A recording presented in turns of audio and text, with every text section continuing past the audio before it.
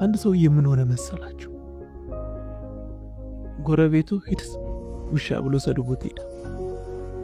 ሰድበኛል ምናምን ብሎ ትቶ ሄደና ጠበቃ ጋር ሄደ። መከረ ተከሌ እኮ ውሻ ብሎ ሰደበኝ ሲል ለምን ታዲያ እኔ ክስ አልጽፍልህም አለው። ነው እንዴ? ኦኬ ጻፈልኝ እሺ ምናምን አለው። ጻፈለትና አነበበለት። ለዚህ እዚህ ፖሊስ ጣቢያ እኔ አርሶ አደር አቶ እከሌ በዚህ ዓመት ልማታዊ አርሶ አደር ተብዬ የተሸለምኩ በስሬ 10 ቤተሰብ ማስተዳደር በአካባቢው የተከበርኩ ሽማግሌ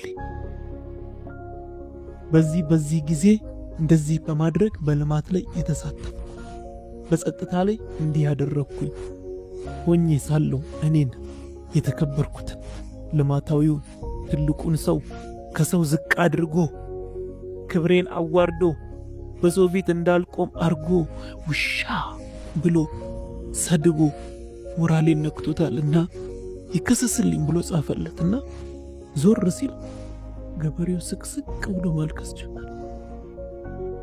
እዛ ምን ነው አለው። አሁን አይደል እንዴ ምን ያህል እንደጎዳኝ የተሰማኝ?